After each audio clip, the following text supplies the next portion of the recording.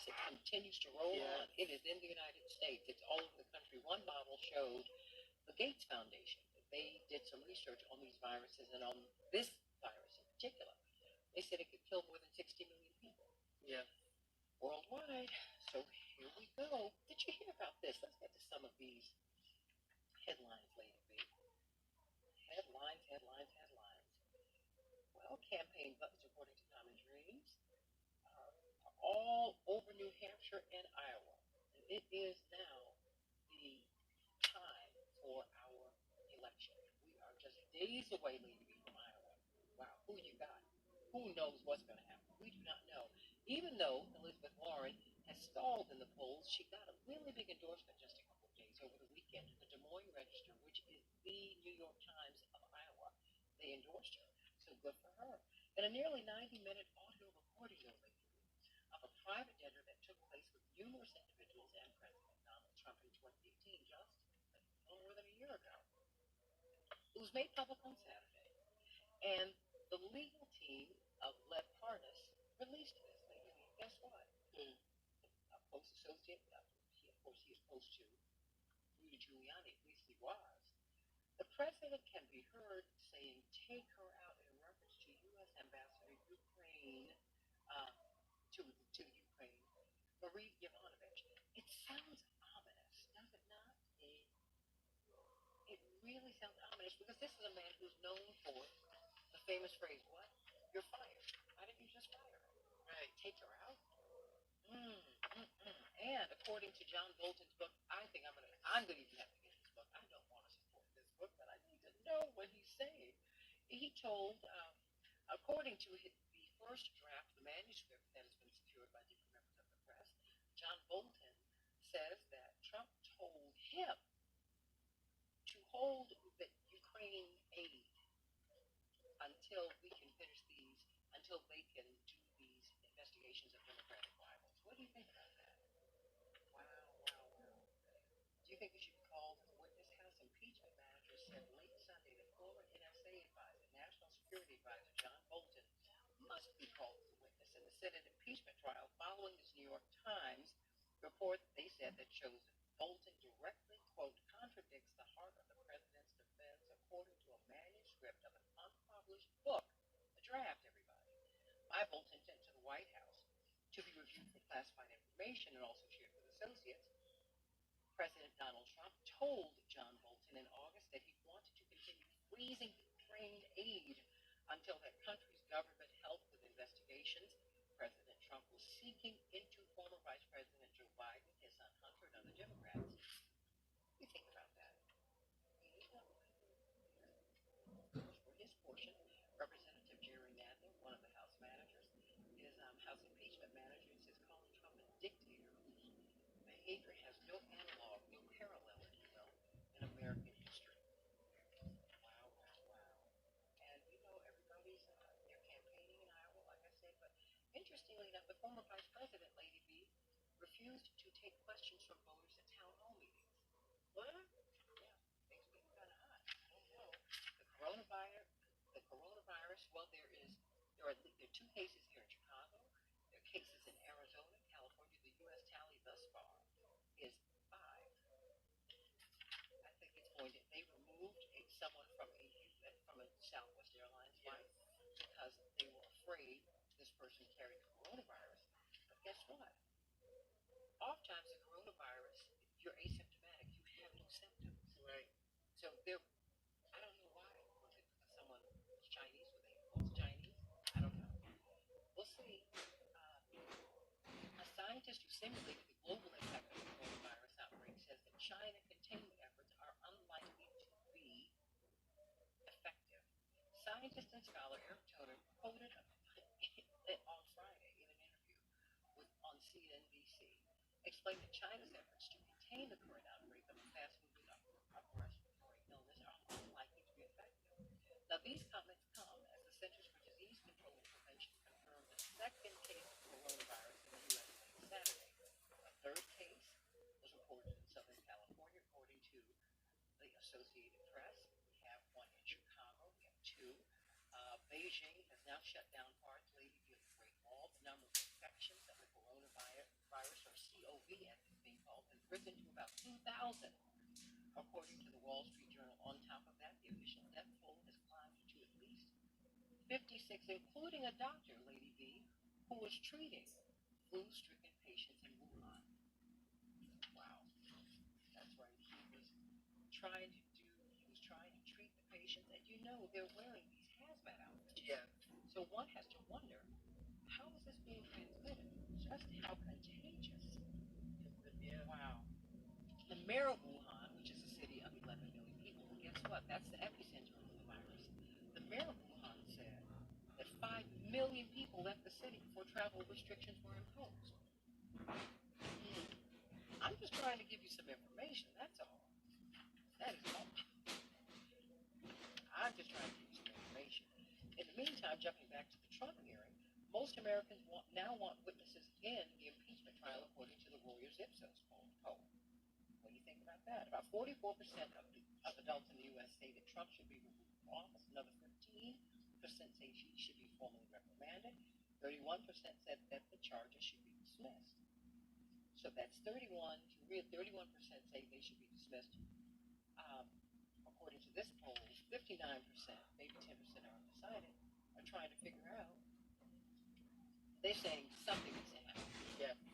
Now, according to this poll, Democrats and Republicans want to see people like Bolton and Secretary of State Pompeo tell the Senate what they know about the administration's policies in Ukraine.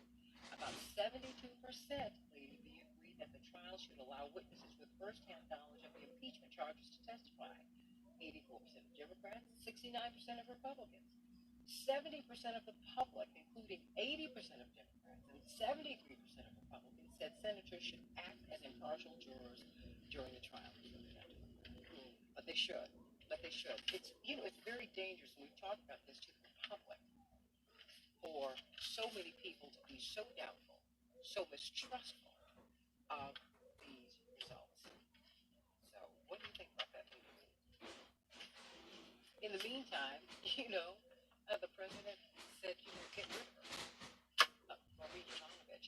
It just sounds ominous. And she said in her testimony before Congress that she frightened her. So, let's see. Did you hear about this? A leaked 2018 audio recording of President Trump released by Lev Parnas. He is a gift that keeps on giving. He said, that President Trump said of Sanders, basically he says we're getting screwed on trade, and he's right. And it turns out that the person that he feared the most in 2016 was Bernie Sanders. Okay, he made some wild comments in this recording.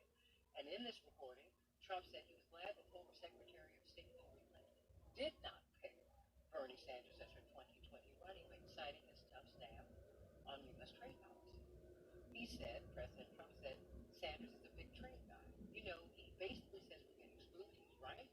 Had she picked Bernie Sanders, it would have been tougher. He's the only one I didn't want her to pick. Now, I'm going to tell you, that is not a reason to absolutely vote for somebody, but it's something to look at. Because remember, people were choosing between President Trump and Bernie Sanders. Bernie Sanders, President Trump. So, everybody, let's get to it. This has really been a tough night. Congratulations, of course, to Michelle Obama, our forever First Lady. She got her a Grammy last night. Okay. Spoken word for Becoming. And her husband, of course, got a Grammy for his book. Years ago.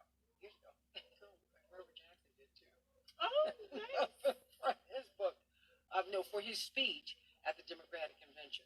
It's kind of like it's something they do for political figures. And Billie Eilish won. And, of course, my former employer, who I sang with for 5 years, Roberta Flack, got her Lifetime Grammy last night. God bless her, and congratulations to her. Everybody, what about Kobe Bryant? Call me at 773-763-WCPT, 773-763-9278. What do you think about this man? What a career, what a life. What a life. Didn't just have a career. He had a real life. What do you think about that? That he's an icon. But 41 years of age, one came straight out of high school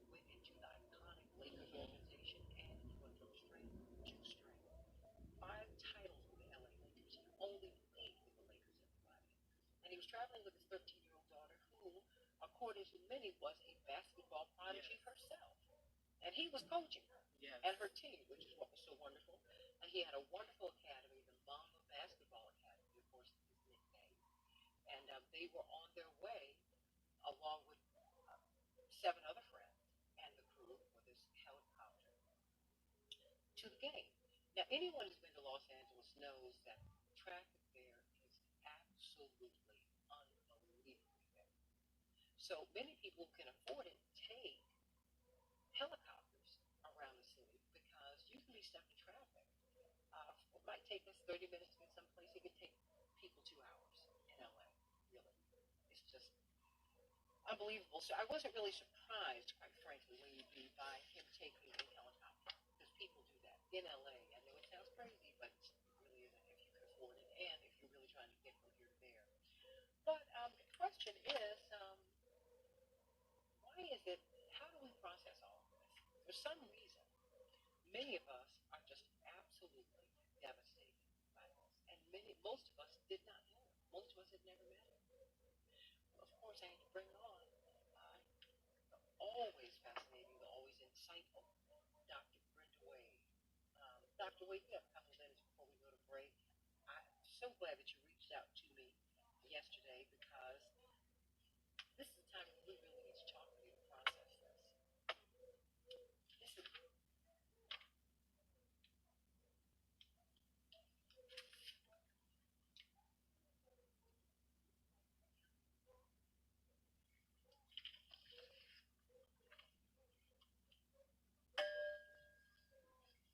our consciousness. We've all watched him on television. You know, some of us have seen him play live. So we all feel like on some level, we not only know him, but he belongs to us. He's an icon. And there are many of these kinds of icons out there that we love, even though we haven't met them. And we admire them. There are so many young people, you know, who have Kobe on their jerseys or on their hats or on their basketballs or, you know, on their sneakers. So everybody feels like they own a piece of a star like a Kobe. So when something like this, which is so sad, so tragic, just when, as President Obama commented in his note of condolence, you know, the second chapter of his life looked so promising, and what he was able to give back to his daughter, his teen, and to think of a 13-year-old girl, you know, not being able to live out her life. This is just sad. It would be sad if it was anybody. But it's sadder because here's a star, somebody who belonged to all of us. We admired. Someone who we say this is not supposed to happen to them, but it does. We are all going to go. We all are. But for some reason, there's something about this that has shaken really America to the core. And quite frankly, I would say all over the world. He was probably the most marketable professional basketball player for so many reasons. He was the most beloved American basketball player in all of China. This is someone who was multilingual. He was raised in Italy. So he had a tremendous appeal, a tremendous global appeal. His death is not something we're just feeling in the United States. We're feeling it all over the world. So let's talk with the love doc, Dr. Brenda Wade. How are we going to process all of this? Go to my YouTube page, The Santita Jackson Show. Please like and subscribe. And go to my Facebook page, The Santita Jackson and Friends page, and like and share. Call us at 773-763-WCPT, 773-763-9278. Let us know what you think about Kobe Bryant and his legacy. And he said women belong in the NBA. He said, I know several players right now who have the skills. Yeah. And he was coaching his daughter. And it was not total coaching. He felt that she had mad skills, and everybody said it. So let's talk with Dr. Brenda Wade about this, everybody, on the Santita Jackson Show here on WCPT 20, the nation's largest progressive talk radio station. You're listening to WCPT. Okay, are you going to get the phone from over there? Yeah, she's taking. Oh. There was one. Okay, no, oh, here it is. I think it's over here. So far, this- we got Daphne. Daphne is new? Yes. Is this the phone here? Yes.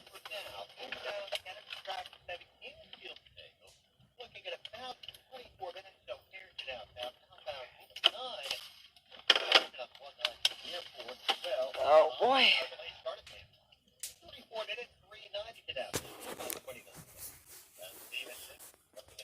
Hey, everybody. It's good to see you this morning. It's good to see you this morning. Oh, you're on YouTube. Yeah. Let me turn this on, everybody. I need to. Let's go ahead. Joan Esposito, live, local, and progressive. 2020 is going to be a big year. We've got to get out the vote, and we've got to support Democratic candidates across the ballot. Local, state, national. We've got to work for them. We've got to get people out to I will the ask ballot this box, question. and we have to take back the White House and the Senate in 2020. Joan Esposito, weekday afternoons 2 to 5 on WCPT 820. Excuse me, Captain. This is your wake-up call for the new TracFone Wireless. What's that now? What if you had to fly this plane while sitting back in the cabin? I wouldn't have any control. Well, that's what it's like going with some wireless It's on company. YouTube, TracFone right? Wireless gives you control. Get unlimited talk and text on America's best 4G LTE network starting at $20 a month, no contract. Plus unlimited carryover data with active service. That's cool, but how do you get my cockpit?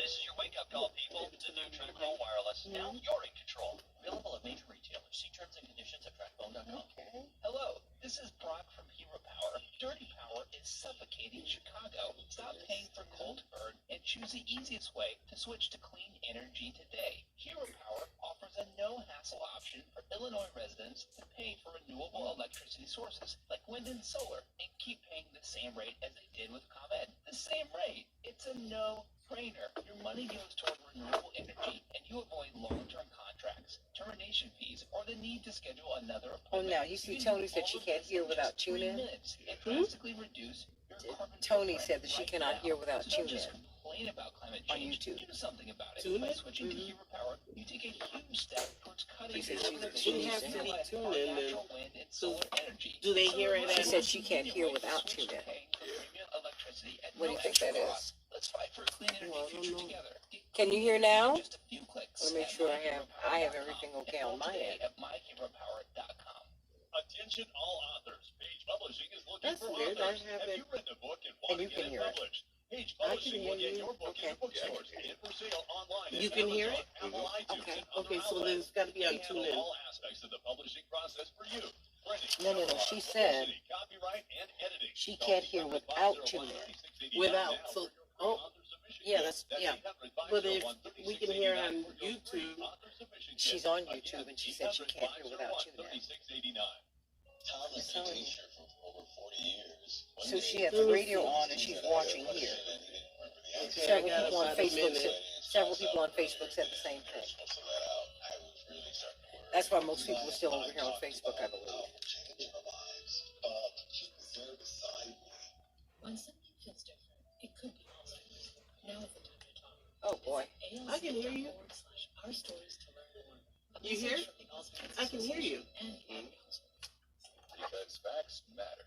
You are listening to WCPT 820.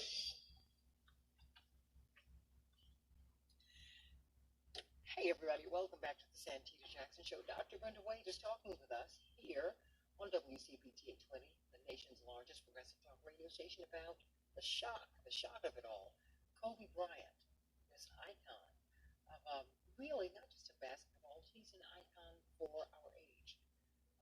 41 years of age, he just retired. It seems like he just retired, but it was just like 5 years ago. And he did it so gracefully. He just won an Oscar a couple of years ago. A poem that he wrote about his young self became a film, became a little movie, and it won an Oscar. We were thrilled for him a couple of years ago. And, he is a major investor in body armor, a major investor in soccer, in American soccer. He was so involved in so much, and this bright light is suddenly gone. Dr. Brenda Wade, how are we to process this, particularly given the fact that, like you said, we have the shoes, we have the jerseys, we all feel like we have a piece of him. Why? Why do we have a piece? I think every one of us loves a star, loves a winner, because they inspire us. They uplift us. So many young boys, young girls wanted to be a basketball star. They wanted to be a Kobe.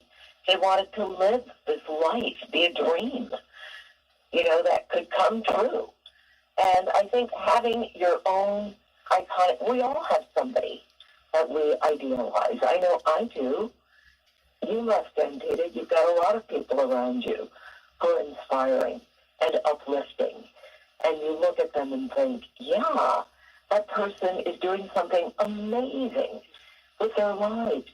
Even if I'm not going to play basketball, I want to do something amazing also. And, there's something that happens when you see somebody just in their power. And he was a very ferocious, powerful player. And some people hated him, but nobody could take their eyes off him because he was a powerful being. And there's something about that. Secretly, this is our kind of modern-day hero. We don't have the Olympians, those gods that people idolized back in the Roman and Greek times. But now we have our professional athletes. We have our film stars. We have our singers.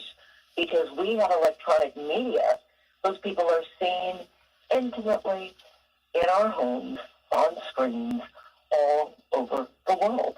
And as you pointed out, Kobe was unique in that he was a global figure. That's a very unique thing. Mm-hmm. It is. Yeah, go ahead. No, please continue, because you're right. He is a global figure, and I'm wondering if it's part of the American culture that helps us to magnify some people. And I've just got a tweet from Revolution of Values who said, okay, now that the shock is wearing off, now what? Now that the shock is wearing off, now we begin the process of grieving. And whether it's somebody we idealized or loved who was larger than life, or whether it's somebody close to us, the steps of grieving are the same. We need to turn to one another, talk about it. A lot of people are talking about it. You need to feel your feelings and ask yourself, these are the 3 steps. Feel the feelings, talk about what you're feeling, and also make a note of what it was you admired about that person so that you can carry the legacy forward. If Kobe's work with youth inspired you, then you need to look at how you can uplift young people.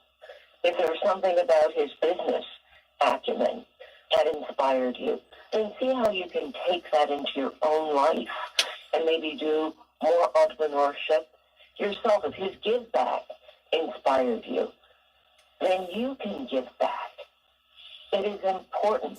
If somebody was an inspiration, inspire means to breathe in.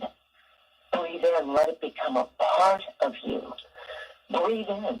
Let his legacy become a part of how you live your life. If you're in your 2nd act, or your 3rd act, or your 4th act, whatever part of your life you're in, if you can take something positive from this icon and do it yourself or make it part of your life, then that's the best way to honor someone, the best way to grieve. But we also have to start with just feeling the feelings, talking about it, and then use that inspiration, Santita. But let me ask you this. Where does this reaction come from? One of the headlines that I saw was in the LA Times, can Kobe be gone? His legend wasn't supposed to end that way. How was it supposed to end then? This sudden, this early death, that's the shock of it. everyone thought, well, my goodness, look at the things he's already doing. There's more coming. He's going to go from basketball star to a global star who's making a big difference. Everyone expected that. That his investments, the power of his name, the power of who he was in the game, that he was going to make a difference and do some good in this world. That's what people expected. And it should have been that way. But, we're not in charge. We are not in charge. So, plan. But Dr. Wade, I heard him say something the night that when he was honored, when they retired his jersey. And he directed these comments to his daughters.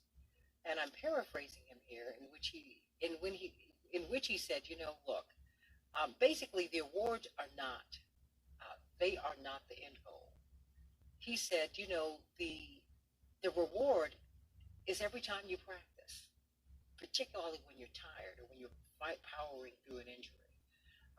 The reward is the destination. He said, every day, that's the reward. And I feel like we're lamenting what he did not accomplish without looking at all that he was able to pack into this short life. He packed a lot into 41 years, 20 years of marriage, 4 children.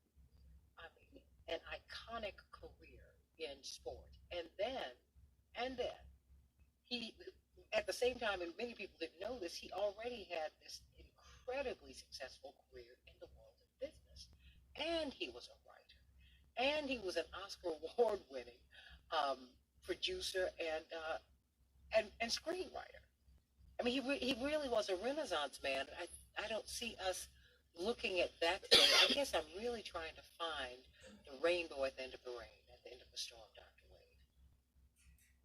And the rainbow is everything you just said, Santita. A lot of these facts about him are coming to light that people didn't know. And if that doesn't inspire you, something about him doesn't inspire you, then, maybe he wasn't your kind of hero. But he's everybody's kind of hero who wants to make something of their talents and their gifts. And I love that comment about it wasn't winning the awards, it was every day. Because you know what he's saying? He was saying, I lived my life doing what I love. I lived my life on a daily basis having the joy of doing what I love. He loved playing basketball. And every single day he got to play was a gift. It was a gift. And it was a gift for all of us who love sports and love athletics and love to see somebody succeed and be at their best at whatever they do.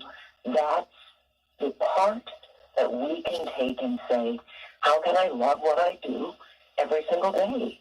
Because that's a privilege, to put your heart into what you do. Right. And he clearly made it come alive. Absolutely. I mean, because I'm wondering if sometimes we let others live our lives. They're proxies for us. Some of us are too afraid to live, too afraid to live out our dreams, too afraid to live out our passions. So we project more onto the Kobe's of this world. We project onto them what we are unwilling to do. It's just like, okay, you go to church on Sundays. I'm just going to use that example. And we become angry with the preacher when we see that he or she might have fallen, instead of really trying to work toward getting to heaven ourselves. I need you to be perfect. Kobe, I need you to score 81 points. I need you to break the sweat, because I know I have a dream, but I'm not going to do that because for this reason or the other.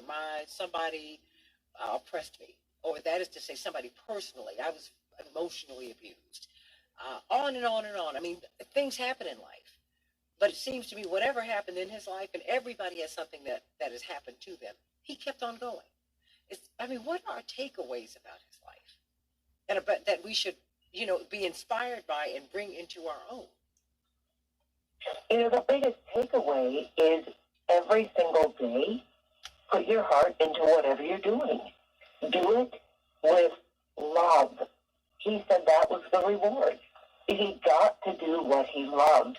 If you're not doing what you love vis-a-vis your work, then create a hobby, or at least when you go to work, say, I have the privilege of having a job, because there are millions who don't, who might love to have the opportunity to have your job.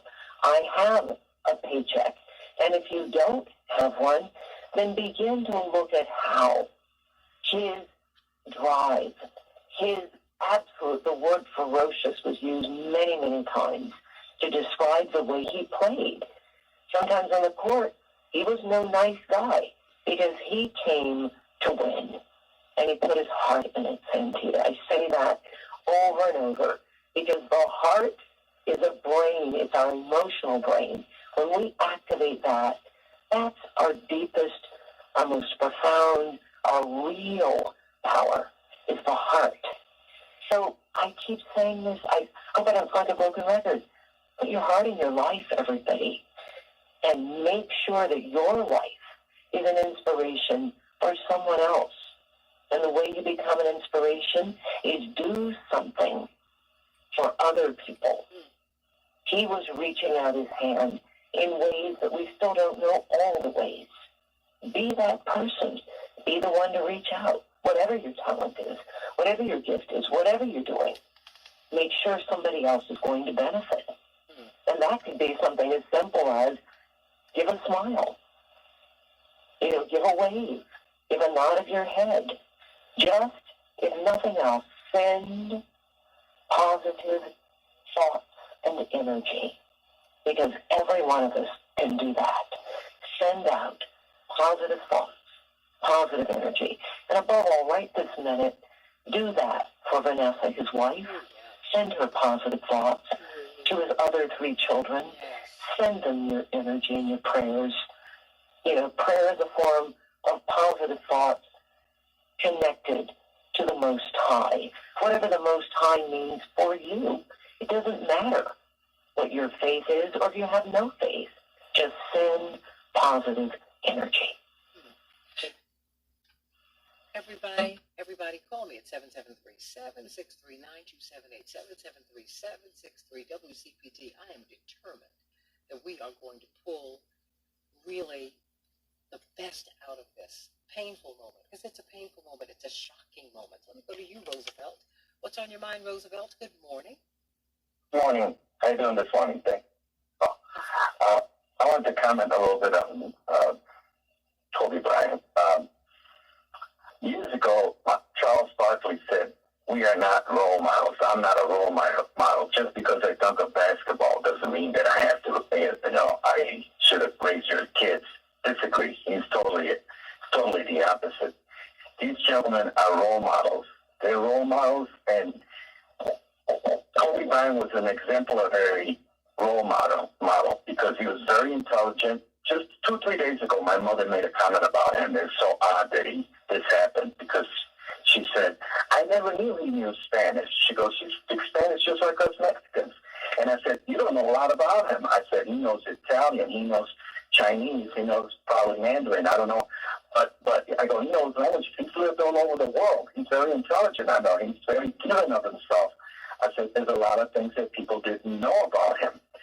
So I believe that these gentlemen are role models for people that are less fortunate that they are of having the ability for sports. And kids look up to these gentlemen because that's their way out of their poverty. And even if they don't make it, because we know that it's a low percentage of making it to the pros, his work ethic is part of being a role model. His way of learning, of wanting to open up to different cultures, different ethnicities, different languages, that is what makes Kobe Bryant an exemplary model for an icon, to be honest with you. Just like Muhammad Ali. What did Muhammad Ali do with his titles? He went abroad and he traveled and he fought for people's rights. And he did all these things. So these gentlemen are role models. These gentlemen are the exemplary for people that are brown, black, and white, and for all kinds of people because of the way he conducted himself. Now, with his personal life, that's his personal life. But we always get caught up with the personal of an athlete or an actor or a singer, and we don't look at the things that they do. And we should pay more attention to that because that's what matters for the youth of just the world. I mean, you said it yourself. He's one of the athletes that's most appreciated in China. That gives you an example of what I just said. You know, he's worldwide. He's, you know, and Michael Jordan is the same way. So these gentlemen, you know, set a precedent for the youth of America and the youth of the world. You know, and the work ethic is what we have to look at mostly, because you don't get to be a pro unless you practice and set yourself and conduct yourself in a manner of, you know, repetition. You got to constantly be out there. You got to constantly work. You work hard, and that is an example. And often we notice when it comes to minorities, they say, well, these people are lazy and they come to this country and they don't, you know, they want to be fed by the government. And that's what I had to say, and thank you for taking my call. Thank you. But, you know, it's so funny that people say that because, you know, people of color were brought here to work. Black people were brought here to work because we are not lazy. That is why we were brought here. So I dismiss that because that is just foolish talk. Let me go to Chapearl. How you doing, Chapearl? Hey, Santita. It's a tough morning, I must say. I woke up this morning and I had Vanessa Bryant on my mind. And I remember after losing my own son, how day 2 was probably the hardest day. Because day 2, reality actually sits in that this happened to you. And so I remember I was recalling that moment, and I was saying I really didn't sleep that first night at all.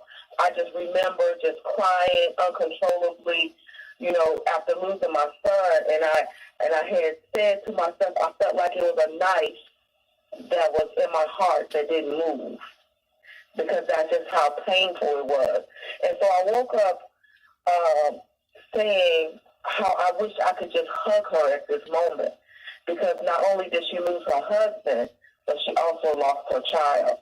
And that pain is something that is just like undescribable. I can't even tell people how painful a child loss is. And I was just thinking that day 2, when that reality sets in and you realize that you have to go to a day 3, a day 4, a day 5. And I don't even know what day I'm on right now. It's been almost 4 years for me. But the reality is that I tell people all the time is that it is very true that God will never give you anything that you cannot handle. But as I wrote today on Facebook, my life has been changed forever since this happened to me. And so my prayers are with the Bryant family, his wife, his children, his parents, his extended family and friends.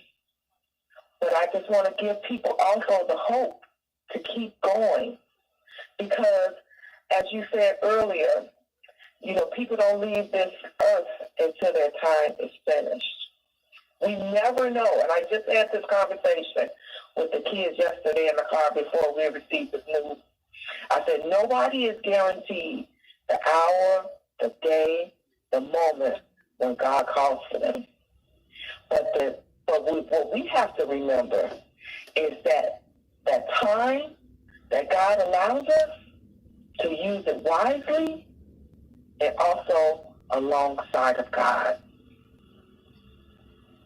Amen to that.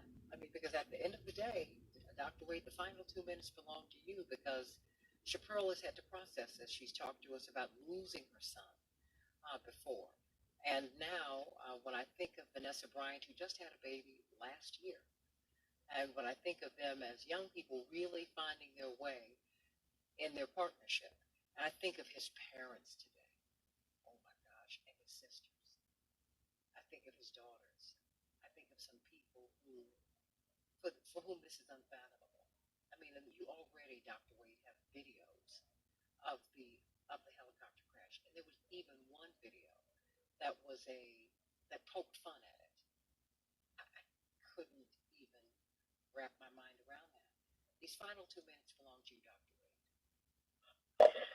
You know, I just want to thank Chappelle and thank the other gentlemen who shared for their comments, Santita, because I think they captured something very important. On the one hand, was the gentleman, was his name Roosevelt? Did I get that right? Yes, you got it right. They look to the good that he did in this world. Look to the example he was of being a father who was involved in his daughter's career, who was willing to give his expertise to his own child. I think that's something we should take away. If you're a parent, give all you've got to your own child. Set that child up for success. That's what he was doing for his daughter. And absolutely look at the good he did in this world and do everything you can to emulate that. But also, if you're feeling sad, if you are feeling this loss, the best thing we can do at a time of loss or grief is face it with other people. There are memorials, there are things happening all over the world to honor him. Go and participate. Be with others to remember this icon. Be with others to share your grief, your pain. When we are together in a group, Santita, you know this, we can bear anything if we don't have to bear it alone. So do get that support. I can't encourage you enough. But one thing, I put this out on my Instagram and on my Facebook page yesterday when I got the news. I was actually speaking at a church when I got the news. And I asked everyone to just put their hands up and just send love and light from your heart through your hands to his children, to his wife, to his family. And just send love. We can transmit energy through our hearts and just send it out, direct it through your heart, through your thoughts, and share it with one another. We all need some uplift right about now, Santita. Yes, we do. Yes, we do. And we knew who to call to make that happen today. Yeah. Dr. Brenda Wade, the Love Doc, everybody. You should see her video. We're going to link it into WCPT820.com and my Facebook page. And meet me over on YouTube, everybody. The audio issues that you said were there, we worked it out because you can go to the Santita Jackson Show. So meet us over on YouTube and like and subscribe. And on Facebook, like and share the Santita Jackson and Friends page, Santita Jackson and Friends. And we want you to go to @Dr. Brenda Wade on Twitter and follow her. She's the Love Doc. Please follow her. We have everything posted on WCPT820.com so that you can get in touch with her. We're going to be talking with ABC Channel 7's Jim Rose about this icon's life, his legacy. You know, he's kind of told to shut up and dribble, along with some others. These other basketball players, and that's not what he did, thankfully. And John Thomas, of course, Guardian writer, he wrote this wonderful book. They're all going to be here. He's going to be here for the NBA All-Star Weekend, and it turns out Shaquille O'Neal is going to have a fundraiser for Rainbow Push. Oh. So you're going to come to that. Oh, you know I am.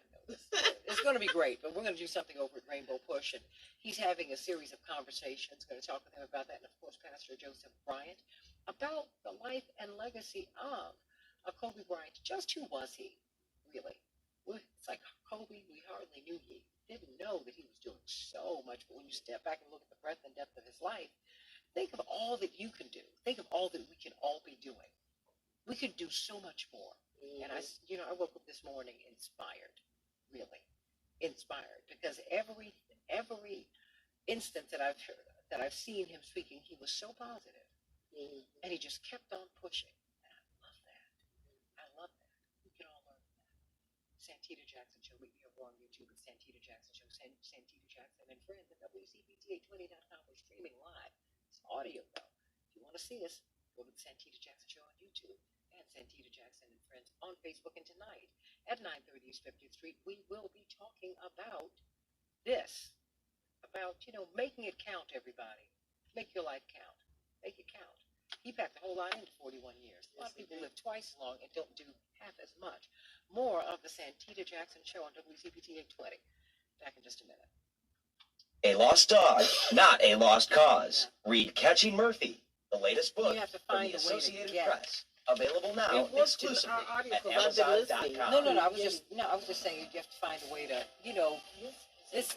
We have to find a way to I'm Rita make this Baldwin. as We've been positive. talking with a pilot Bring who used something to else fly to Kobe this. Bryant Tony in a say helicopter that went down yesterday. She said she can't hear me here. Oh. Dr. Wade is loud and clear. What do you think that is? What do you think is going on? You Tony, call we're gonna it. look into it. Not you. I can hear you very well. Me too. It's not just because we're in here. No, I hear it from here.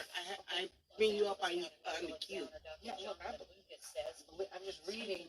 You're seeing the. Yeah, I'm reading it. Yeah.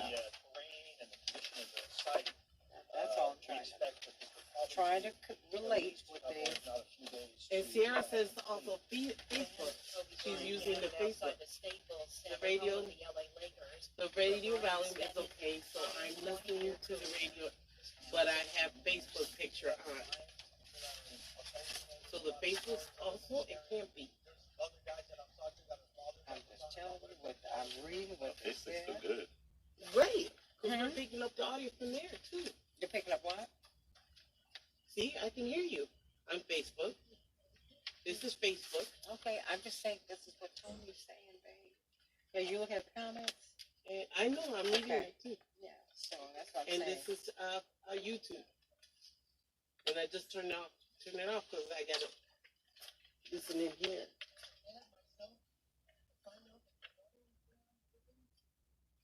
So I don't understand. I don't either.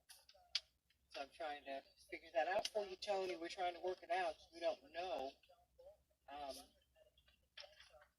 what's going on.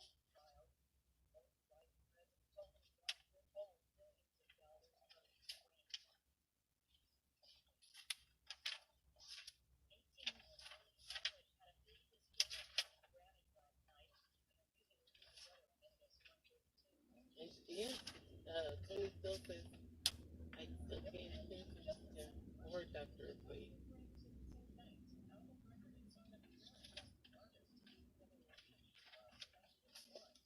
Yeah, Dr. Wade is loud in here. You're not loud. What do you She think cannot that hear is? you. Yeah, that's what I'm saying. Look at. You're on YouTube? Look at her comment. Yeah, Yeah. I'm reading both. Yeah, that's what I'm trying to find out what it is. I'm just trying to share it with you. Okay, I'm gonna hot you up all the way, but it's gonna overmodulate. No, don't do that. Because we're doing. Can't do that because the feedback will be horrible. Yeah, it'll be horrible. It's gonna be overmodulating. It's gonna be like, you don't want to do that. But I think, but when she says that, few people come over. See what I'm saying? So that's why I'm trying to share that with you so we can figure out how to work it out. Let me listen to a feed over there. I got about 3 minutes. I'm gonna listen to the feed out there.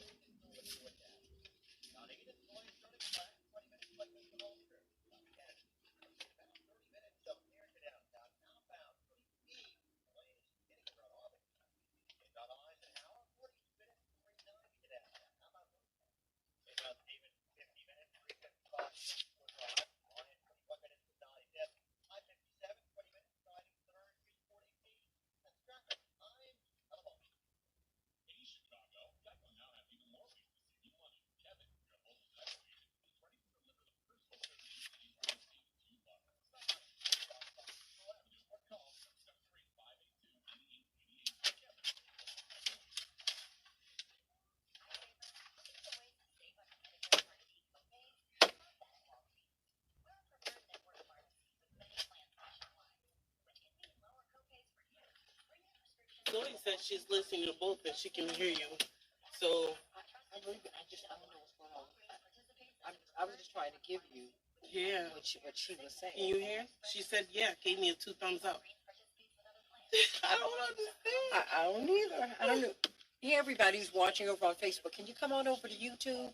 The Santita Jackson Show. We're really trying to build up our numbers over there. We can do a lot of great things if you go on over to YouTube and you know, while you're here, like and share on Facebook.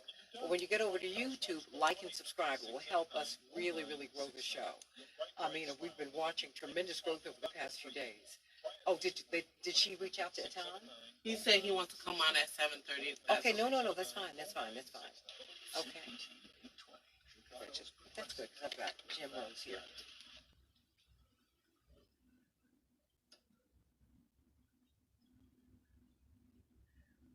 Hey, everybody, welcome back to the Santita Jackson Show, but it's 8 minutes after the hour right here. We're on WCPT 820, the nation's largest progressive talk radio station. We're streaming live on WCPT820.com, and we're on Facebook on the Santita Jackson and Friends Facebook. We are on our newly formed YouTube page, the Santita Jackson Show. More and more of you are liking and subscribing every day. Please do that for us and leave your comments there. Get involved in the conversation over on YouTube, and you can be on Facebook as well on the Santita Jackson and Friends page.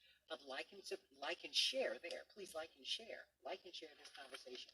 We've been talking with Dr. Brenda Wade, internationally renowned psychologist, about the death of Kobe Bryant. It was such a shock.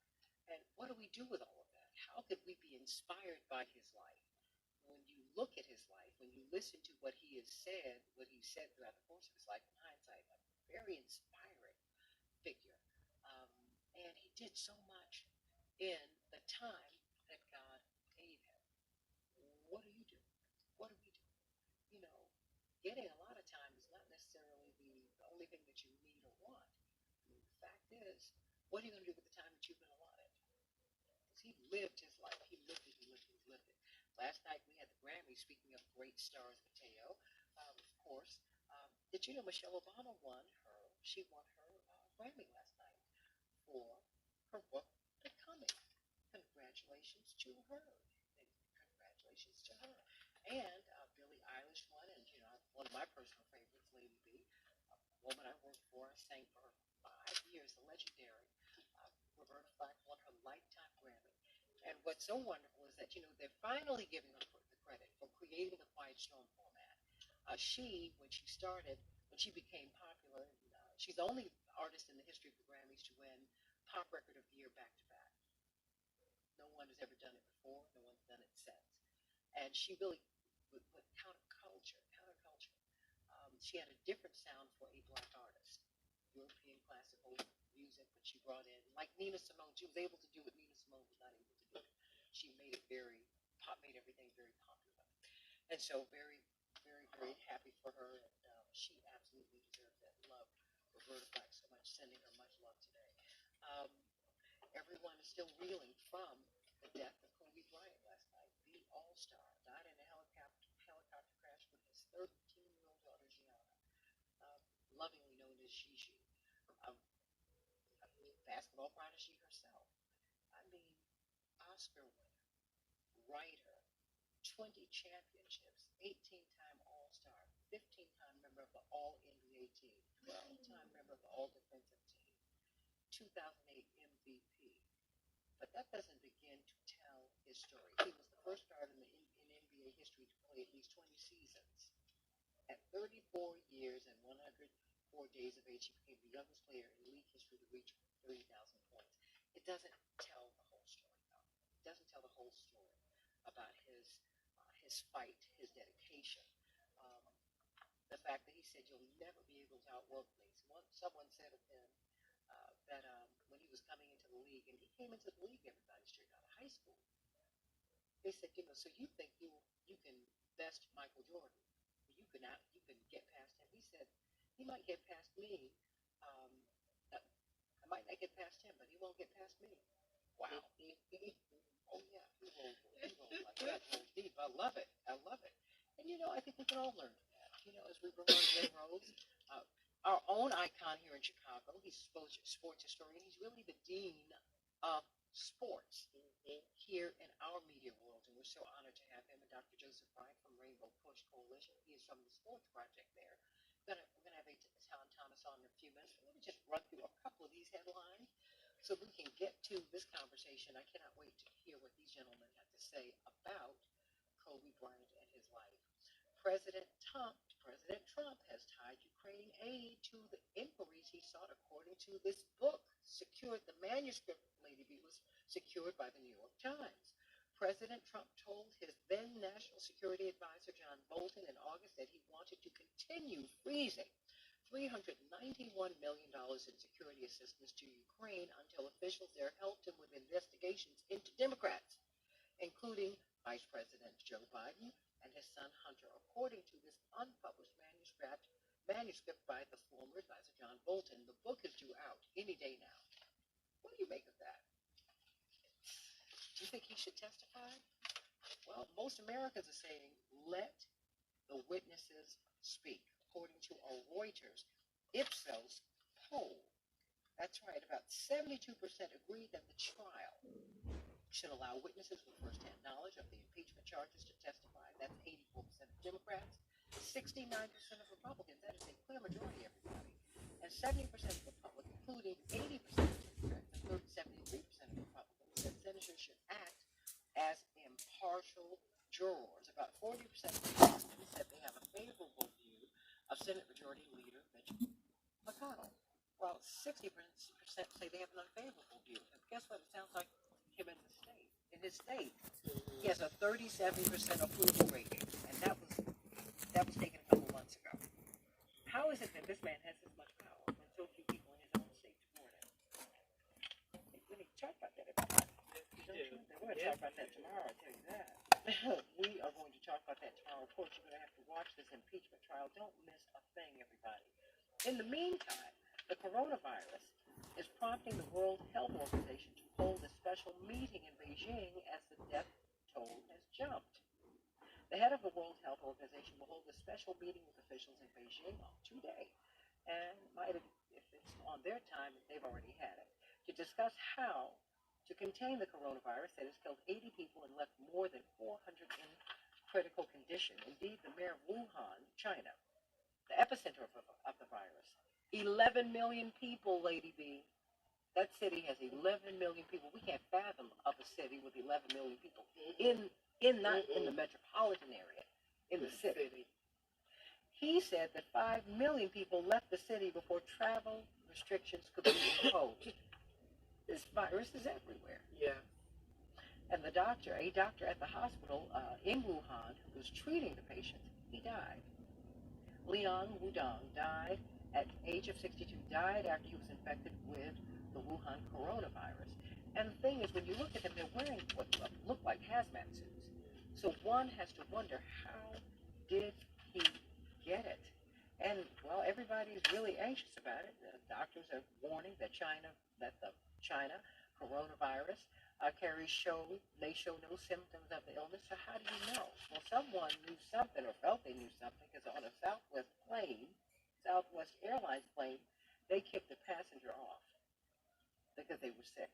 They said, well, in light of recent conditions and in light of concerns of the coronavirus, you need to get off. Very interesting story that we just came across. Now, it has come out after that Lev Parnas has just been leaking information. He's like a sieve. He's been leaking information left and right. A 2018 audio recording that was released by his legal team said that, you know what? The only person that Donald Trump feared was Bernie Sanders. You remember in 2016, people were torn between Bernie and Trump, right? They said, Trump said, because he's a trade guy. You know, what he says is, we're getting screwed on trade. And you know what? He said, and he's right. Had she, that is Hillary Clinton, picked Bernie Sanders, it would have been tougher. He's the only one I didn't want her to pick. My pin drop. How about that? Oh boy, everybody, let's get to this heartbreaking news. It's just been a lot. Kobe Bryant.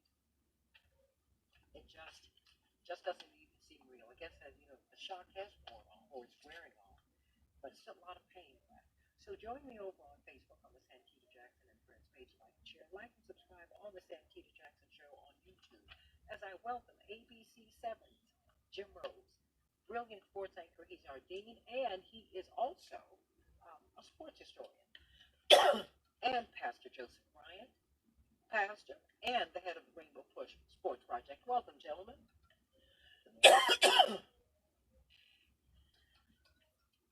Thank you. Let me start with you. Oh, it's a tough morning. I mean, talk to me, Jim Rose. Who was Kobe Bryant? It seems like the more we hear about him, it's like Kobe, we hardly knew ye.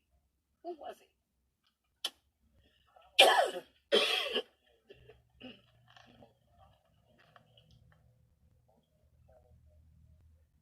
Most physically gifted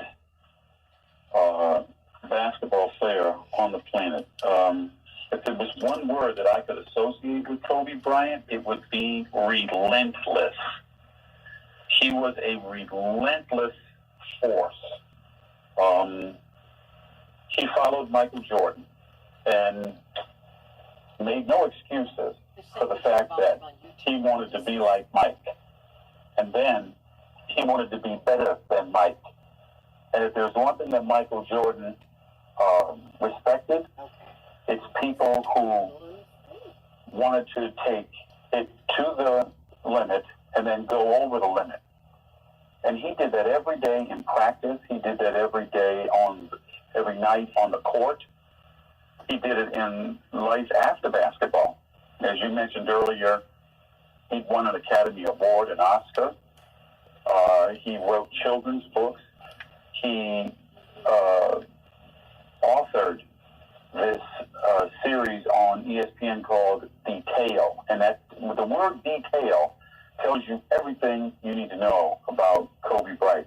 Every aspect of his life was perfect detail, and that's what led to the 5 championships that he was a part of winning, the 20 years that he spent as a Los Angeles Laker, the 2 Olympic gold medals that he also won.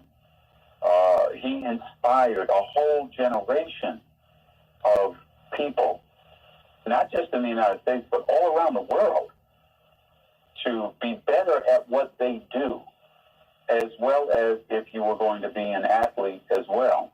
And you could tell this from the outpouring of just shock from everyone around the planet. I mean, when I first heard it, I was, no, this can't be true. No, Kobe Bryant, the detail of Kobe Bryant would never have allowed this to happen. But as we're learning now, it wasn't a mechanical failure. They were flying in bad weather, and the helicopter crashed. And my heart goes out to his wife and his remaining children and his dad Joe and his mom, because this is a tragic loss. His second act, I think, was going to be better than his first act. You know what, Jim, it seemed like it already was. I didn't realize that he was so heavily invested in so many successful business ventures that are current, like Body Armor and Major League Soccer. And, he was a writer, and he had this sports academy, this basketball academy. He was doing so much. Mm-hmm. And he also was like I am, a huge proponent of women's sports, and in particular the WNBA. He'd go to their games. He would support them. They loved the fact that he came to support them. And in fact, athletes like Kobe Bryant and Dwayne Wade and people like that who would go and support the WNBA helped these women continue their league, and other people started paying attention to them, and they just completed a collective bargaining agreement that increases their pay and their level of stature around the world, marketing and all of that, so that they can continue to grow. And one time I was watching one of the specials, and he was kidded by somebody about, well, when are you going to have a son so your legacy can go on? His daughter, Gianna, who died in the crash room, stand there and say, no, I'm going to continue the legacy. And that was the essence of Kobe Bryant. He just laughed and said, see what I mean? And his daughter could play. She could have balled. She would have been in the WNBA. No question about that. Wow. I mean, it's just, I'm still reeling. I have to tell you, I'm still reeling. I mean, what about his parents? Where are they now? I'm not sure. I know that I believe they lived in Philadelphia because that's where he grew up after he came over from Italy, because his father, Joe, played for a time with the 76ers before he went overseas after his NBA career ended and went to Italy. And that helped to really form Kobe, the Renaissance man of international academia. He could speak Spanish. He could speak Italian. He was learning German. And I know that early on he had somewhat of a little bit of a rift with his dad because he had married so young, and his father wanted him to experience life before he got married. And but I think that they cleaned all that up, long before he passed away. But it's a terrible day. It really is. I mean, I hardly slept last night because I couldn't stop watching the coverage among the many channels. And I'll have to go over to the United Center tonight. I'm going to do my broadcast at 4 and 6 from the United Center. And I'm not even sure I even know what I'm going to talk about as far as Kobe's concerned, because there's so much to talk about. When you speak of Michael Jordan and you speak of the devotion that Kobe had to being better than Michael, I remember when he first came into the league, as you mentioned, he was 18 years old when he came to the NBA. Youngest player ever to start an NBA game was Kobe Bryant.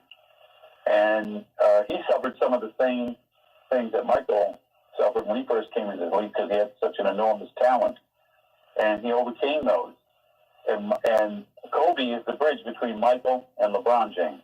And it's so ironic that, Saturday night, LeBron James passed Kobe on the all-time list, and Kobe texted him and said, all respect to you, King James, and take it to another level. And everybody was kind of shocked by that, but I wasn't, because Kobe was a basketball historian. He knew about all the older players in the 50s and the 60s and the 70s because his grandfather used to send him tapes when he was over in Italy of the current NBA stars like Larry Bird and Magic Johnson and Dr. J and guys like that. And he would study those tapes, and with his enormous physical talent, he had, just like Michael, he had a championship heart, and he had a championship mind. And that translated also over into, his life after basketball, too. Yeah, because it seemed like he never did stop. Pastor Joseph Bryant, wow. What say you? What made him so special? Well, I definitely agree with Jim that he had a passion, a drive that was relentless. And if I, can think of what his motivation in life was, if you look at all of the various things that he engaged himself, I think of the phrase all in. He didn't do anything halfway. He didn't do anything partial. He didn't do anything straddling the fence. If he was going to be a part of something, he was going to be all in. And I think that being all in for him meant investing his time, his talent, his resources, his energy, his ability, his mind, his intellect, and even to the extent of wanting to further perfect his craft, whether that was as a basketball player where he would show up 4 hours before a game to get in a full throbbing sweat as he warmed up and shot baskets hours before the game, and then still go into the game and drop 40 points on a team. And this went well into the later part of his career. And then after he transitioned from basketball, he was all in as a family member. He was all in as a father. He was all in as a husband. He was all in as an entrepreneur. He was all in as a advocate for women's sports. He was all in building his own team. And so it's just reflective of, I think, a mindset that anyone can have, and not just those that are gifted in ways that Kobe was, and gifted in ways that many of our athletes that we, view as the heroes of our community, and those that have been touched by God with such physical talent.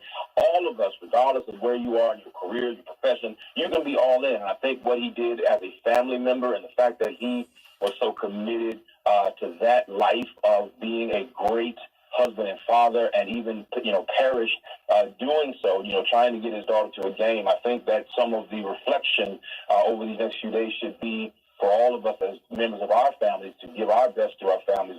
Life is so fleeting, but I think he set a really good example for us to remember to be all in, especially as it pertains to us being as family, and then particularly as a black man leading his family and being the best father and husband he could be. Let me tell you what we're going to do. We're going to go to our break, and then, Reverend Jesse Jackson, one of your dear friends, Jim Rose. No one can talk about sports like Reverend Jackson and Jim Rose all day long. Every time it's sports, he wants to talk to Jim about everything. With Jim Rose, we are so fortunate that he is a brilliant sports historian himself. Dr. Joseph Bryant, we're going to bring on Tom Thomas and Reverend Jackson in just a minute. Reverend just was very eager to share some of his thoughts about Kobe Bryant, and we want to hear about you, hear what you all have to say. There's a lot to be said. Meet me over on YouTube on the Santita Jackson Show page, the Santita Jackson Show page. We've been hearing that you all are saying that there's some audio issues on the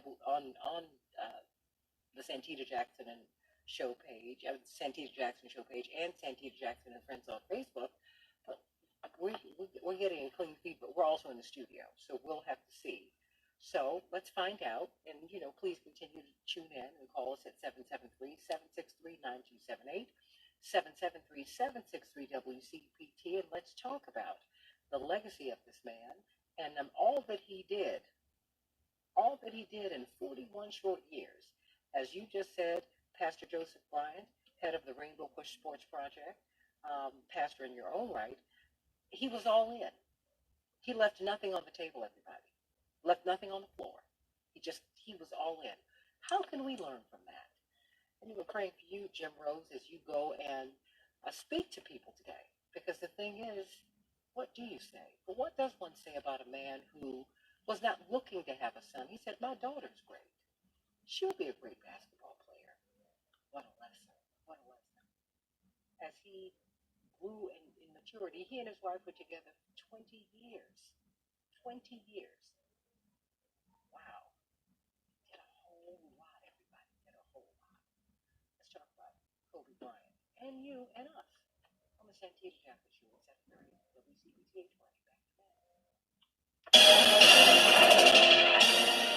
You're listening to WCPT. I'm just trying to share with you what people sent to me. I went all the way outside on my phone. I had Marcos do it. I had full weight lanes They'll do it. Memorial. Yes. A little bit time for people I'm sorry, to all babe. get I'm trying to. down. Rain until later lanes. Mars were at 59. What So, about tries? Just and then some people are saying, Hold on. Let me do about this. 8 to 20 minutes. I can't do that and keep up with the interview. I'm trying to listen to them so I can ask the next question. I can't do this and that. Not Eisenhower, 43 minutes. Hey, what's the call-in number? Where should we should call Reverend. What number should we call? Shelley's number? Ryan, 22 minutes, 90 minutes out now. 7, 20 minutes, 90 the merge. Issue 419. No problem. Reported Northwest Indiana. Bruce is leaving town. Let me call Shelley. Thanks so much. Bye-bye. Australia's Sorry, because I can't do all that. That they are heating up the way that they are. It's an ecological disaster. It's just like the rainforest. I mean, this is two significantly affected areas that geographically have significance to our air quality. Hey, sweetie, are you with Reverend? Okay, could I have my producer call you, and then we can bring him up in about a minute? To call yourself an explorer, you should possess it. Oh, okay. I'm sorry I didn't call him at 7:15. I was in the middle of the show. No.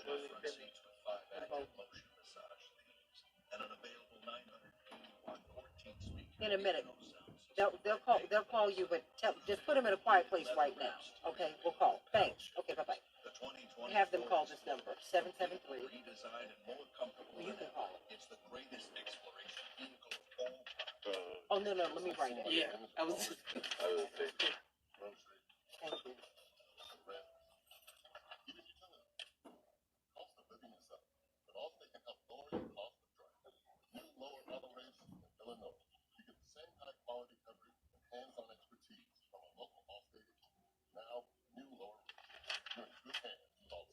If you haven't voted Allstate lately, it's the perfect time.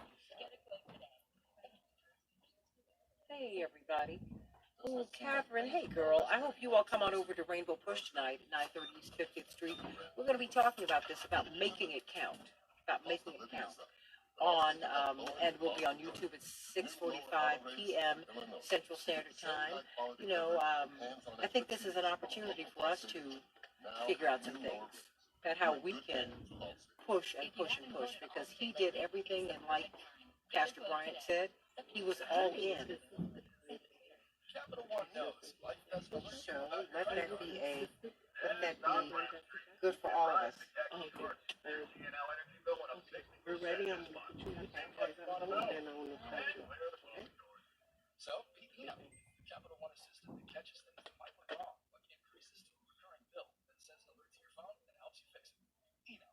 Another way Capital One is watching out for your money when you're not. Capital One, what's in your wallet? See CapitalOne.com for details. Conditions apply. To buy your home, you became a house hunting geek. Learned about loans, scoured neighborhoods, asked the right questions. Now you're queen of your castle. If you manage that, you can get your retirement plan on track. She said the YouTube sounds like a tunnel, but you can hear now. She said it sounds like a tunnel, but you can hear now on YouTube. Just so you know, we want to do is we want people to let us know if there's a problem, because that we can fix it. You understand what I mean? All right, we'll bring on Reverend. Hey everybody, welcome back to the Santita Jackson Show, WCPT 820, the nation's largest progressive talk radio station. Meet me over on my YouTube page. Just open that up. I know you all can say that there's some sound issues. We're trying to figure out what's going on here. Chapeau said it sounds like we're working it out. So all is go over to the Santita Jackson Show page on YouTube, and on the Santita Jackson and Friends page on Facebook. When you're on Facebook, please like and share. And then if you're on YouTube, please like and subscribe. We're talking with ABC 7's Jim Rose and Rainbow Push, Dr. Joseph Bryant, head of their sport project, about Kobe Bryant and his life and legacy. Of course, Tom Thomas. So excited to have you back. We Matter, Athletes and Activism. Urge you to get that book. Can't wait for him to come into town, Jim Rose. We're going to do some great things together.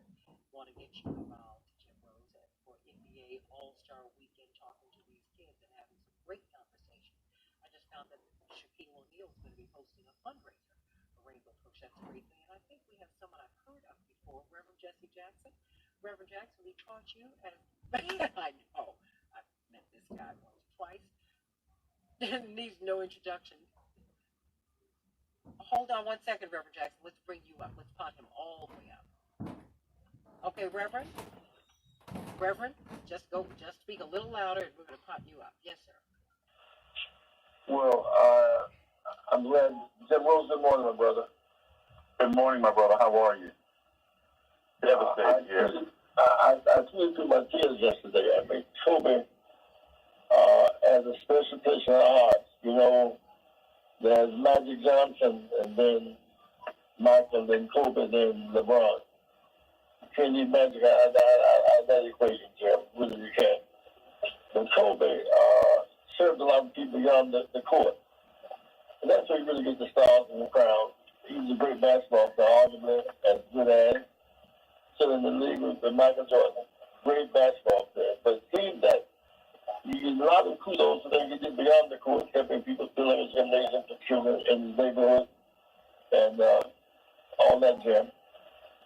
Yeah.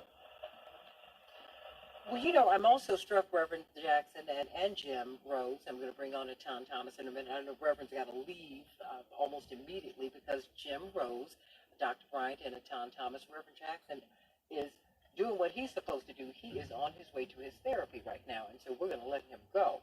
But, I was struck by this, Reverend Jackson and Jim Rose in particular, because Reverend and as I shared with you all a little bit earlier, Reverend and Jim Rose do a lot of talking. They go back decades about sports and equality as it's manifested in the sports world. He said, I don't believe in just showering people I love with money.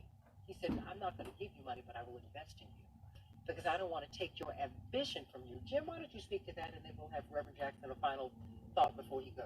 Jim? Well, quickly, it's the old quote from the Bible. I'm not going to give you a fish. I'm going to teach you how to fish so you can eat forever. And Kobe's intelligence is so impressive that he had such a civic responsibility as well, and he took it to another level, much like Magic Johnson did. Reverend Jackson, your final thought? Well, when someone dies, who was made a contribution and lose time of their lives, sons of kids, we're called traumatized by the substance of it all. But we pray for his family, for his wife, and 3 daughters who are left. And we'll be part of some celebrations. I'm sure that the NBA All-Star that will be donated by 8 and 24 Cobras 2 numbers. So thank you, Santita. Blessings to you. Love you so much, Reverend Jackson, also known as Daddy. Let me bring on, welcome Tom Thomas to the show. Tom Thomas, everyone, you should get his book, We Matter, Athletes and Activism. I can't wait to bring you and Jim Rose together when you get here for the All-Star Weekend. And Tom Thomas, your reaction to all of this. Whew, this is a lot.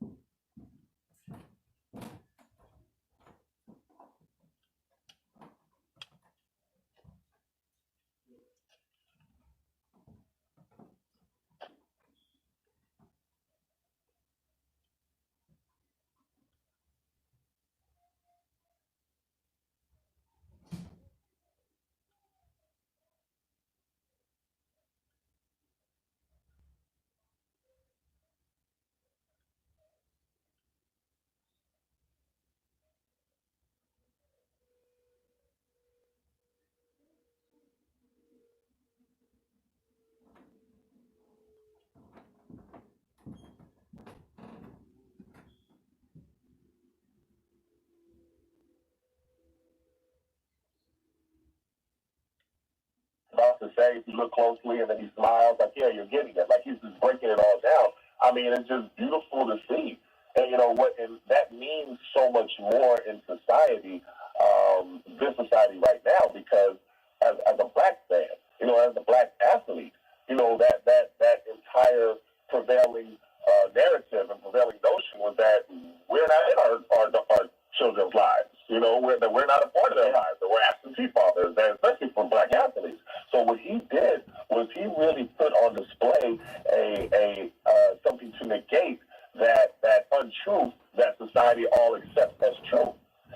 And so he meant so much more than just what he accomplished on the basketball court. I mean, you saw all different athletes pouring in different memories of him, and different memories of closeness with him and how he affected their lives. So it was really something beyond, how many points he scored or how many championships he won. Well, Jim, I like that part, but it's beyond that. Jim Rose, I'd like for you to speak to his father and mother, because I don't think that we can overestimate the impact of. I mean, this is a guy who vaulted from high school into the NBA, into the most iconic, arguably the most iconic of modern team in the NBA, and he had a daddy and a mama, had a family. And they were very influential on his upbringing because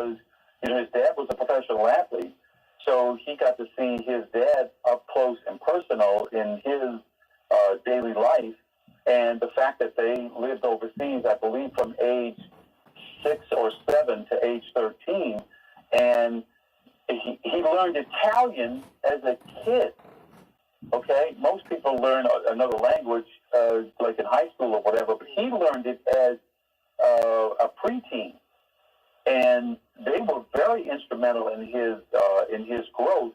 And I think that also set the stage for why he became a husband and a father so young. Well, not a father so young, but a husband so young.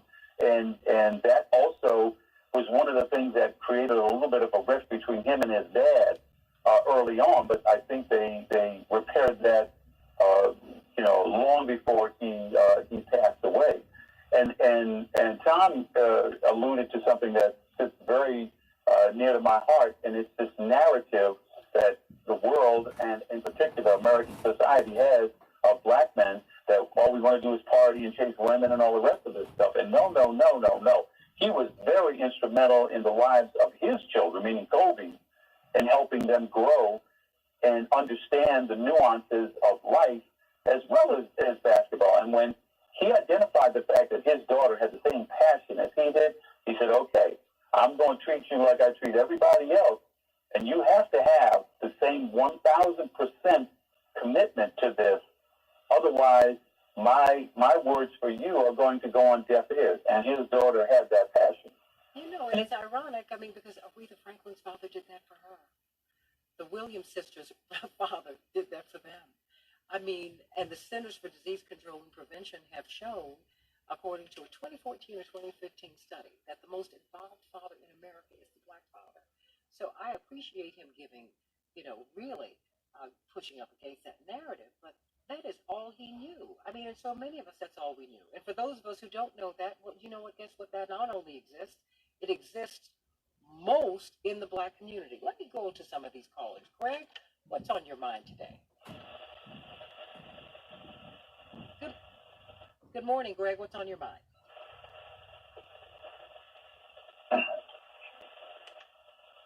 We're going to put Greg on hold and get that right. Let me go to Brad from Elk Grove. Brad? Yes, not so much about Kobe, but I'm a white person, very unusual white person, and I've always looked to African American athletes, also obviously the preachers, for moral guidance, because I've always really but believed in the injustices that they spoke of. So I absolutely love people like, go back to John Carlos and Tommy Smith in the '68 Olympics, up through, Muhammad Ali to LeBron James. I really am thankful that they've had the courage to speak up about the social injustices that white privilege puts on them, or that white privilege perpetrates on people of color. And I really do like, though, that Kobe Bryant was involved in like children's books and stuff like that. And we need more of that in this world. The Colin Kaepernicks, people like that, because we're going to have to move white people toward where they need to be and getting along with people of color as the demographics of this nation change toward a majority of people of color being the majority in about 2.5 decades. Well, you know what, Brad, I have to tell you, is I think it's a little bit more than people of color being in the majority, and I'd like you to speak to that, Jim Rose, first, and then you, Tan, and Dr. Bryant. It's about people understanding what the world really looks like, right? Jim Rose, I think what it comes down to is this. There has been a narrative that has been put forth for centuries about people, by people on this planet, and in particular by American society, about African American society, and it's all designed for one thing and one thing only, to keep people in their place. And the problem with that is, at some time, the truth always comes out. And the good thing is that today, especially, and I'm not really a huge proponent of social media because people get on there and say a lot of cruel things.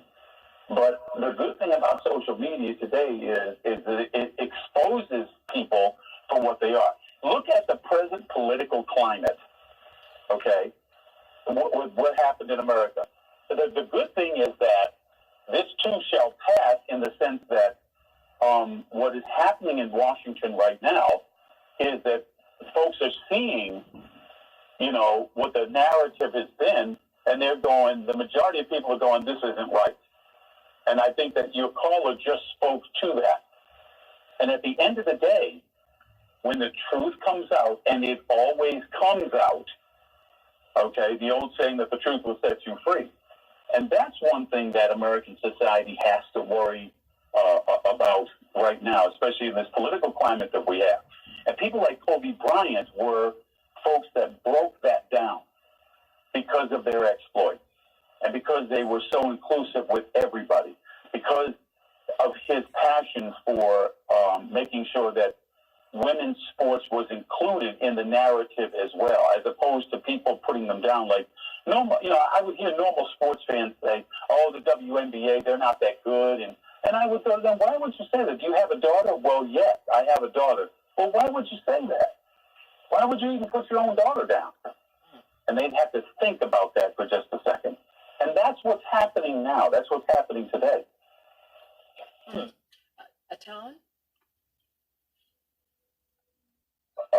Different perspective. I think that social media can be used as a quality tool to expose people to who they really are.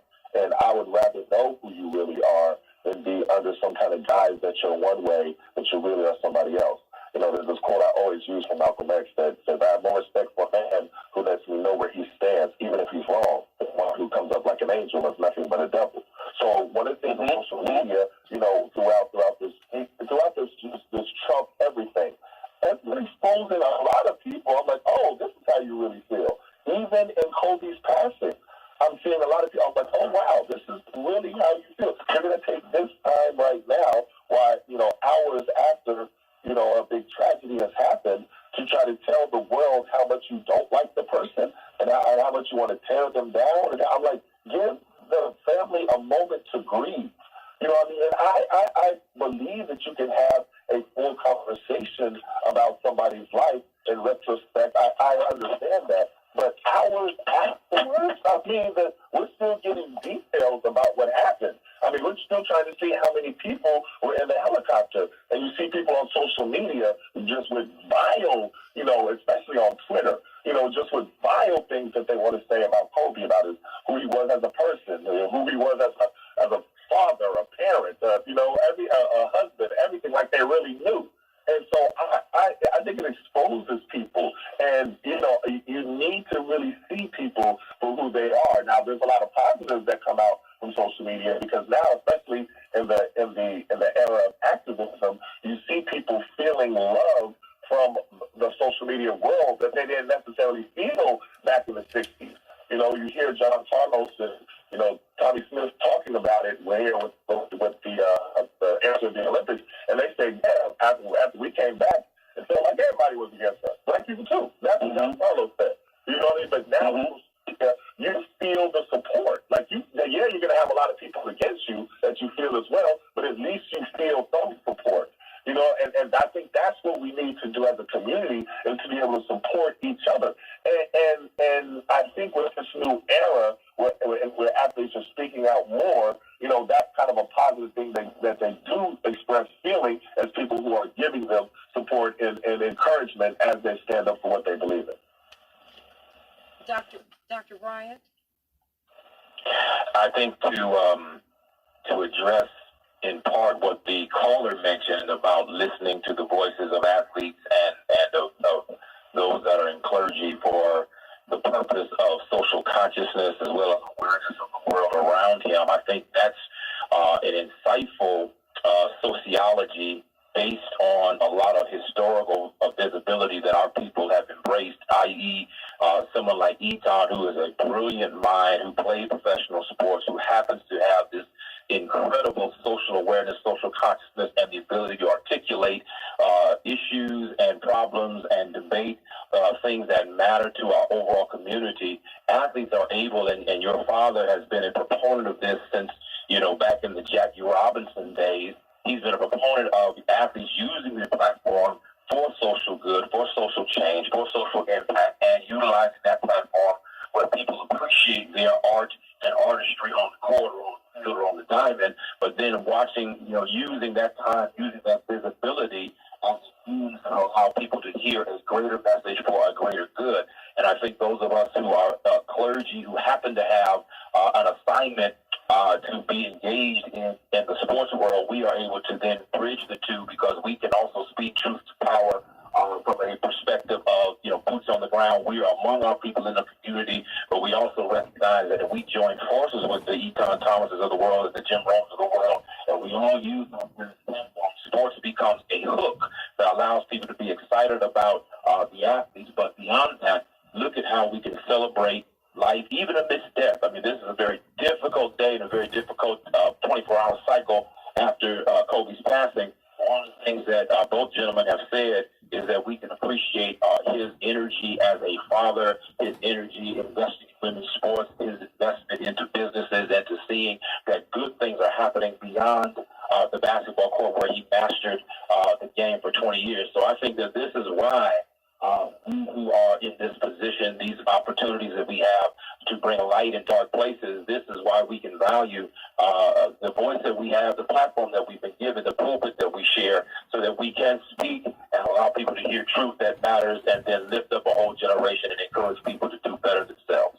Greg, what's on your mind? Thanks for calling back. Hi, can you hear me? Yes, I can. What's going on? Hi, my name is Gregory, and because of Kobe Bryant, the primary angel investor of VIP Kids, I have the opportunity to teach English as a second language to children in China. This is the kind of international cultural ambassador that the great Kobe Bryant was, and how much he was going to give us for future decades. And I would love to know all the wonderful projects he was involved in. This is a tragic day. Thank you.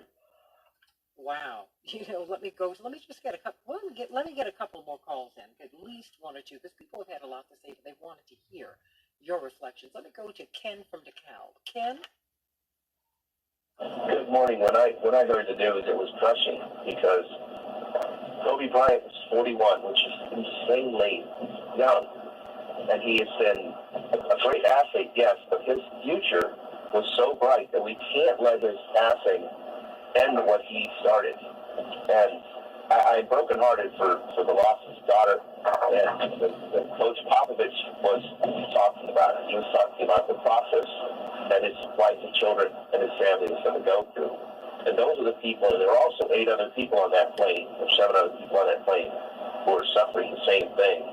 And one thing we have to look at, the beauty of this, is how many people are hurting, and how many people are hurting in the same way, to the same region. And that we're all in this together.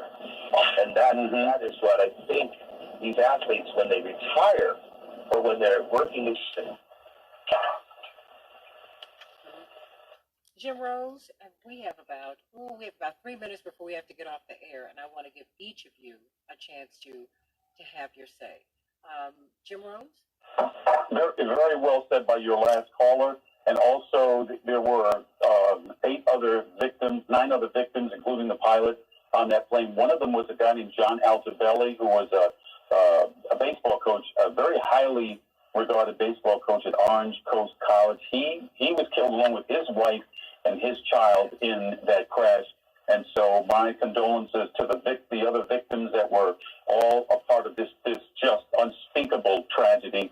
Kobe Bryant, you were the brightest stars. We are going to miss you, but we are going to carry your legacy on. Let me go to you, Dr. Bryant. Hug your kids, love your wife, invest your time, your talent, your energy into good things. Do as much as you can while you can, because life is so short and fleeting. You never know when your last day on the planet may be. But like Kobe, all the way to the end, be the best that you could be. He died as a good father who was doing something wonderful for his child in support think it's important for us to take every day of our lives to do the very same thing, to give our very best to those we love, put aside any pettiness so that we can all press forward and make a difference for as long as we can. John Thomas. Wonderfully and brilliantly said by both of you, so I won't repeat what you said. I'll say something different. I'm saying there are people who will say you're a bad father, a bad husband, an overall bad person, will highlight your mistakes and scream your shortcomings from the mountaintops, even in your death. And that is exactly why you can't live to please anyone on planet Earth. Live to please God. You know what? That's really it. I hope you all will stay with me. Everybody, we're going to be talking for a few more minutes after we get off the air on YouTube, on the YouTube channel, on the Santita Jackson Show channel, and on Santita Jackson and Friends on Facebook. When you're on YouTube, please like and subscribe. And when you're on Facebook, please like and share. Everybody, you know, we've talked about him being a father. Let's remember, he had a family. He was a husband and a father and a son and a brother and a friend and a human being and a citizen of the United States and a citizen of the world. He was really the best that America could offer. And it is my prayer that one day America will be able to embrace someone like a Kobe fully. I saw some nasty things come through on my timeline, but I ignored that. It's like no black man ever seen can be exonerated, Jim Rose. Leave your listeners with this one thought process that has helped me get through those kind of times that you speak of. I always say to someone who is harassing me or whatever, and it has happened to me when I'm live on television too, and I say this: in order for you to insult me, I must first value your opinion. Well, there's a mic drop on that, and there's I see some of my audience being drifting off. I just love Jim Rose, but I depend upon his wisdom. We love you so much, Jim Rose, and we value and appreciate you here in Chicago. And I'm so glad that you never left us, that you stayed here and gave us all that you've had to give us down through the years. Dr. Joseph Bryant, Rainbow Push Sports Project, absolutely brilliant, using your ministry in such a wonderful way. And, of course, Tom Thomas, can't wait for him to get to Chicago, the author of We Matter, Athletes and Activism. We matter. And I think that's the ultimate point about Kobe Bryant today. He mattered, but he made us all understand that we mattered, that we all do what he does. Greater things even, everybody. And, of course, Jim Rose, Mark Pinsky sends his love. He said you were great to him when he was an intern. I love you, everybody. I'll see you tomorrow. A lost dog, not a lost cause. Read Catching Murphy, the latest book from the Associated Press. Available now exclusively at Amazon.com. Hey, everybody. Hey. I'm sorry that you all had some of these issues on YouTube and on Facebook. We don't know what happened because we had a clean feed in here, but I guess that does not really matter if you didn't have a clean feed out there. But so continue to let us know when something is amiss. Okay, please let us know when something is amiss, because you know, Lady B, when we are in a building, when we're at the studio, everything is great. It's just like when I'm doing television, when I'm looking at the feed from inside of the building, even if it's not in the studio, if it's on the monitor, it looks great. So we need to find out what happened, because we have a lot of things going on at the station, good things, we're expanding, so we don't know what happened. But I'm hoping and praying that what you heard about Kobe Bryant can inspire you today, because really he was an inspiring figure. And the more I hear from him, yes, as they unearthed so many of these interviews, they resonate in another way. It's as if he was speaking words into the ages, telling us how hard we need to work and how dedicated we need to be. What a gift life is and how fragile it is. And he didn't just see his daughters, he saw his children. He said, no, when we talk about a legacy, my children are going forward. Not my sons, not my daughters, my children. These are my legacies. These are my legacies. And this is when we begin to see each other as human beings first. And that's what really, really, really excites me. The example that he left behind. The example that he left behind. That we all matter. That we all matter. And so everybody, don't You know, really today, take the time to hug someone that you love, call someone that you love and let them know that you love them. Please do. Because I know when he left his home that morning, yesterday morning, his daughters and his wife did not expect to get this news. Think about that. Think about that, everybody. I know they didn't expect this. I know they didn't. You know, maybe, I don't know what happened. You know, sometimes, oh, Daddy will be back in a few minutes, so okay. You know, maybe I won't run downstairs and give him a hug. I don't know if that happened, but guess what? It could. And so you know what I did because I spent the night at my parents' house last night, and I'd already given my father a hug, kiss, goodbye. And you know what I did, Lady B? When my car got outside, when my cab got outside, I called him and said, "Can you give me a moment?" I went right back upstairs and gave my father another hug and a kiss. I did that because you know moments like this, and I guess I have to be honest with you, I've been hypersensitive just because of the way that I grew up. But moments like these make me say, "Wow, life is a blessing." When I look at an example, when I look at the example of his life, it makes me want to push and be better. It makes me want to sing a little longer, practice a little harder, be more precise, not let things go. That's what we want to do. That's why we want you to keep on telling us about the things that were happening on YouTube and Facebook today so we can make this stuff right, because that's what we're dedicated to doing here on the Santita Jackson Show. Well, you know what, everybody? Look, his life was a gift, but your life is a gift as well. Treat it as a gift and live it to the fullest. I hope to see you tonight at Rainbow Push. Come on, let's fellowship together. 930 East 50th Street, 930 East 50th Street. Let us get together and talk about this fully lived, brief life. Make it count. That's what we can learn, Lady B. We need to make our lives count. Yes. Don't get caught up. See, you know, in basketball, one of the great things about sport is that you come to realize that that game is over now. That's right. Now you got another game to play. Wait a minute. That play is over now. You got the next play. Mm-hmm. That's the great thing about sports. Yeah. You learn that you have to keep on going. You have to keep on growing. Because there are new people coming who are looking at you. He played for a generation, everybody. Yes, he did. So he ended up he got a chance to inspire the people who he inspired. He played against the people who he inspired. That's the beauty of Serena Williams. She's now playing the girls who she brought into the game. Think about that. Think about staying in the game, everybody. Think about staying in the game. Think about getting in the game and becoming the best that you can be. Remember, life is fragile. You don't know what's going to happen from one moment to the next. You have no idea. Tell the people you love that you love them. Be kind to someone today. Let someone's last remembrance of you be a wonderful one. Let someone's last memory of you be a loving one. Think about that. And if we live like that, we'll change the world.